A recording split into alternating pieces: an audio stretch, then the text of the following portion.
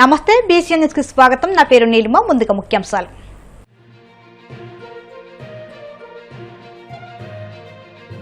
రాష్ట్ర వ్యాప్తంగా 38 కొత్త ఎంఎస్ఎంఈ పారిశ్రామిక పార్కులకు వర్చువల్ గా శంకుస్థాపన.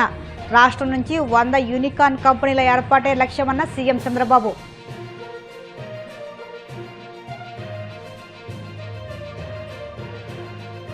జనసేన డీలిమిటేషన్ కమిటీ సభ్యులతో డిప్యూటీ సీఎం పవన్ కళ్యాణ్ సమావేశం. స్థానికంలో యువ నాయకత్వం బలపడాలని సూచన.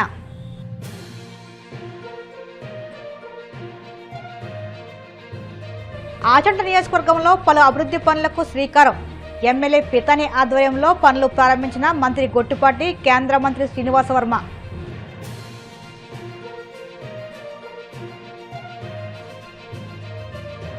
తనకు రాజకీయ భిక్ష పెట్టి మంత్రిని చేసిన వైఎస్ కుటుంబంపైనే చంద్రబాబు ఇప్పుడు తప్పుడు ప్రచారం చేయిస్తున్నారు. వైసీపీ రాష్ట్ర అధికార ప్రతినిధి బోమన ధ్వజం.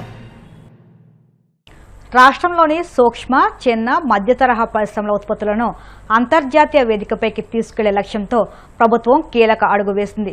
విజయవాడలో నిర్వహించిన ఎంఎస్ఎంఈ గ్రోత్ సమిట్ 2026లో ముఖ్యమంత్రి చంద్రబాబు ముఖ్య అతిథిగా పాల్గొన్నారు. సీఎం సమక్షంలో మెటా, అమెజాన్, జోహో వంటి ప్రపంచ ప్రఖ్యాత టెక్నాలజీ దిగ్గజ సంస్థలతో ఏపీ ఎంఎస్ఎంఈ డెవలప్మెంట్ కార్పొరేషన్ ఒప్పందాలు కుదుర్చుకుంది. ఈ ఒప్పందాల ద్వారా గ్రామీణ ప్రాంతాల్లో తయారైన ఉత్పత్తులకు ప్రపంచ విపణిలో మార్కెటింగ్, బ్రాండింగ్ కల్పించి యువతకు ఉపాధి అవకాశాలు మెరుగుపరచడమే ప్రభుత్వ లక్ష్యమని సీఎం స్పష్టం చేశారు.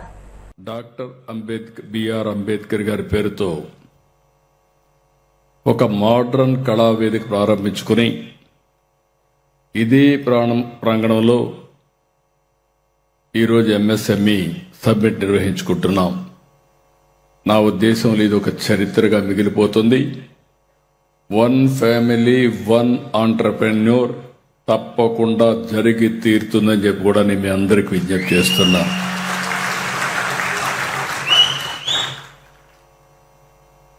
అధికారిక కార్యక్రమాలకు, వేడుకలకు, సమావేశాలకు, జాతీయ అంతర్జాతీయ సదస్సులకు ఆధునిక సౌకర్యంతో నిర్మించిన అంబేద్కర్ కన్వెన్షన్ సెంటర్ చాలా బాగా ఉపయోగపడుతుంది. కన్వెన్షన్ సెంటర్ 4.43 ఎకరాల్లో 1,45,000 చదరపు అడుగుల విస్తీర్ణం నిర్మించాం. 1,500 మంది ఒకేసారి హాజరై కార్యక్రమాలు నిర్వహించుకునేందుకు అవసరమైన సౌలభ్యం ఈ కన్వెన్షన్ సెంటర్లో ఉపయోగపడుతుంది. ఇప్పుడే నేను మొత్తం తిరిగాను, చాలా బాగా వచ్చింది. ఈ కన్వెన్షన్ హాల్ని ఈ విధంగా తీర్చిదిద్దిన ప్రతి ఒక్కరిని మనస్ఫూర్తిగా అభినందిస్తున్నా. Congratulations, excellent work. ఇంతవరకు మనకి ఇలాంటి కన్వెన్షన్ సెంటర్ విజయవాడలో లేదు, అమరావతిలో కూడా లేదు. అలాంటి కన్వెన్షన్ సెంటర్ వచ్చింది. ఇప్పుడు రావాల్సింది మీ ఆలోచన విధానంలో మార్పు రావాలి, ఇన్నోవేషన్స్ రావాల్సిన అవసరం ఉంది. భారత ఆర్థిక వ్యవస్థకు వెన్నెముక ఎంఎస్ఎంఈ రంగం. భారీ పరిశ్రమల దేశానికి ప్రతిష్ట తీసుకొస్తే సూక్ష్మ, చిన్న, మధ్య తరహా పరిశ్రమలు లక్షల కుటుంబాలకు జీవనోపాధి ఇస్తాయి. చిన్న ప్రయత్నంతో మొదలయ్యే ఆలోచనను పెద్ద పరిశ్రమగా మార్చే శక్తి ఎంఎస్ఎంఈలోకే ఉంది. ఎంఎస్ఎంఈ అంటే కేవలం వ్యాపారం కాదు, ఇది యువత కలలకు వేదిక, మహిళల ఆత్మవిశ్వాసానికి ప్రతీక, గ్రామీణ ఆర్థిక వ్యవస్థకు ఊపిరి, స్థానిక ప్రతిభను ప్రపంచ మార్కెట్కు తీసుకెళ్లే శక్తి. దేశంలో వ్యవసాయం తర్వాత ఎక్కువ ఉద్యోగాలు కల్పిస్తున్న రంగం, ఏకైక రంగం ఎంఎస్ఎంఈ.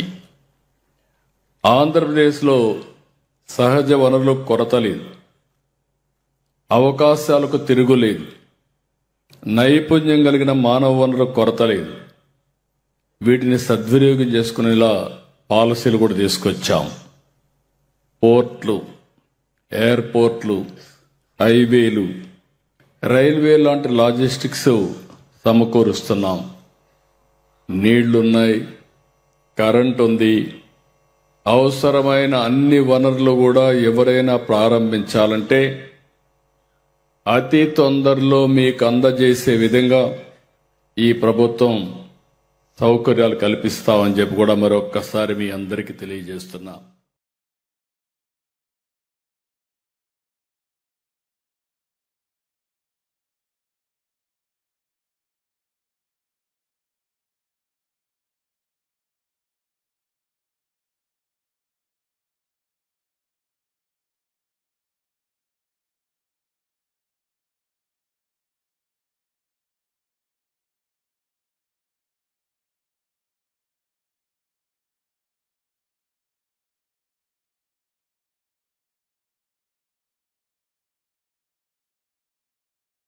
జనసేన పార్టీలో యువ నాయకత్వాన్ని బలోపేతం చేసేందుకు స్థానిక సంస్థల ఎన్నికలు తగిన వేదిక అని, ఇందుకు జిల్లా, పట్టణ, మండల, గ్రామస్థాయి నాయకులను, శ్రేణులను సన్నద్ధం చేయాలని డిప్యూటీ సీఎం జనసేన అధినేత పవన్ కళ్యాణ్ అన్నారు.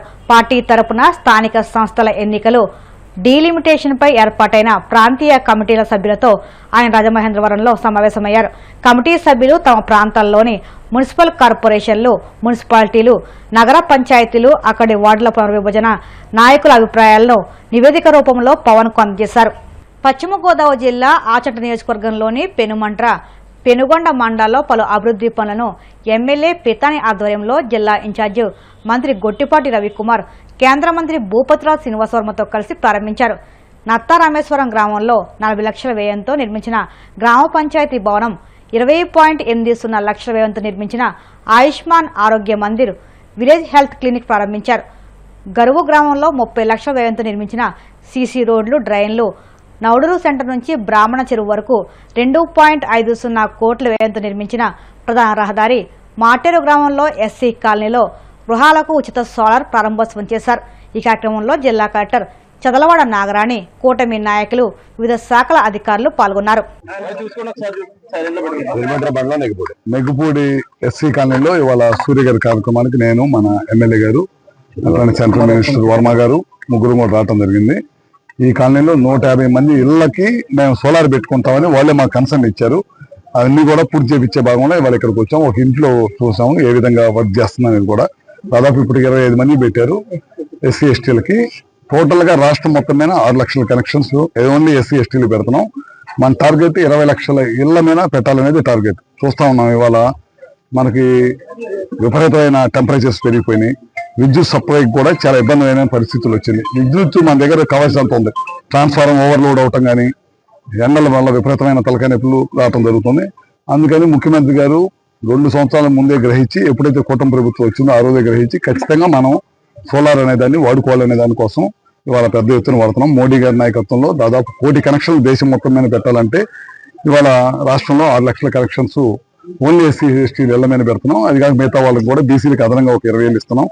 అదే కాకుండా ఇవాళ మన కాన్స్టిట్యున్సీలోనే ఆచంట్లోనే ఒక 132 kV సబ్స్టేషన్ ఈ చుట్టుపక్కల ప్రాంతాల్లో లో వోల్టేజ్ సమస్య రాకుండా ఉండటం కోసం దాదాపు 10 కోట్ల రూపాయలతోటి 50 MV ట్రాన్స్ఫార్మర్ ఒకటి పెద్దది ఇవాళ లాంచ్ చేస్తున్నాం. అదేవిధంగా ఎక్కడైతే లో వోల్టేజ్ ఉందో అక్కడ అన్ని కూడా కొత్త సబ్స్టేషన్స్ నిర్మాణం చేస్తున్నాం. అట్లానే పితాని గారు అగ్రికల్చర్ కనెక్షన్స్ అడిగారు.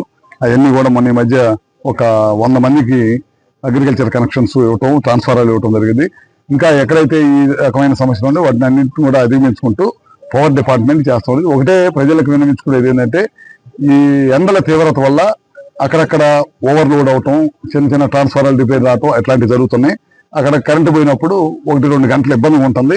ఇమీడియట్ గా టోల్ ఫ్రీ నెంబర్లు పెడుతున్నాము. టోల్ ఫ్రీ చేసి ఎక్కడైతే కంప్లైంట్ ఇస్తారో అది ఒకటి. నిన్న ఈ మధ్య విజయవాడలో చూశాను. నిన్న విపరీతమైన గాలివాన వచ్చి మొత్తం హోర్డింగ్స్ అన్ని పడిపోయి కరెంటు వైర్లు పెడితే 5-6 గంటలు కరెంటు ఇవ్వలేకపోయాము. ఎంత రిపేర్లు చేస్తా పట్టింది టైం పడుతుంది. ఇట్లాంటి వచ్చినప్పుడు కొద్దిగా సమన్వయం పాటించాలి. ఖచ్చితంగా వాటిని ఇమీడియట్ గా డిపార్ట్మెంట్ అంతా కూడా రోడ్డు మీదకి వచ్చి ఇమీడియట్ గా వాటిని సాల్వ్ చేసి ఎమ్మటే పవర్ కనెక్షన్ ఇస్తాం. మా డిపార్ట్మెంట్ వాళ్ళకి కూడా చెప్పాం. అన్ని వేస్తాం. ఇక్కడ 150 మంది ఉన్నారు. ఇప్పటిదాకా మనం ఈ కాన్స్టిట్యున్సీ ఎన్ని చేసాం? 280 చేసాము. 2,900 శాంక్షన్ అయినాయి. దానికి టోటల్ గా జూన్ జూలై మాసాల్లో టోటల్ గా కంప్లీట్ చేశాం. చంద్రబాబు దొంగ, అవినీతిపరుడు, పచ్చి అవకాశవాది అనే వైసీపీ రాష్ట్ర అధికార ప్రతినిధి టీటీడీ మాజీ చైర్మన్ భూమన కరుణాకర్ రెడ్డి ధ్వజమెత్తారు. పాలనలో జగన్తో పోటీ పడలేక తనకు రాజకీయ భిక్ష పెట్టి మంత్రిని చేసిన వైఎస్ కుటుంబంపైనే చంద్రబాబు ఇప్పుడు తప్పుడు ప్రచారం చేస్తున్నారని ఆక్షేపించారు. స్కూల్లో విద్యార్థి దశ నుంచే దొంగతనాలు చేయడం, మాయమాటలు చెప్పడం అలవాటైన చంద్రబాబు తాను ప్రజాదాడుకూడని ప్రచారం చేసుకోవడం సిగ్గుచేటని అన్నారు. దానికి శిఖరాయమానంగా గత 3 రోజులుగా జగన్మోహన్ రెడ్డి గారి వ్యక్తిత్వాన్ని పాతాళానికి తొక్కాలా అన్నంత హేయంగా ఆయనకు కావలసినటువంటి మనుషుల చేత తెలుగుదేశం పార్టీని మోసేటువంటి ఈనాడు, ఆంధ్రజ్యోతి లాంటి పత్రికలు, ఛానళ్లలో అత్యంత నీచానికి ఒడిగడుతూ రాజశేఖర్ రెడ్డి గారి మీద, జగన్మోహన్ రెడ్డి గారి మీద, రాజారెడ్డి గారి మీద అల్లుతున్నటువంటి కథలు అన్నీ ఇన్ని కావు. చంద్రబాబు నాయుడు గారు తానేదో దైవాంశ సంభూతుణ్ణని, దైవ కృప వలన ఆవిర్భవించిన మానవ జాతిని ఉద్ధరించటానికి పుట్టినటువంటి మహానుభావుడిగా భావించుకుంటూ ఆయన పలుకుతున్నటువంటి నీతి మాటలన్నీ కూడా అన్నీ ఇన్ని కావు. చంద్రబాబు గారి గతం మానవ మాతృలకి, అంటే రాజకీయాలలో ఉన్నటువంటి వాళ్ళకి ఎవ్వరికీ కూడా లేనంత హేయమైనటువంటి గతం అన్నది కూడా ఒకసారి మనం పునశ్చరణ చేసుకోవాల్సినటువంటి అవసరం ఉన్నది.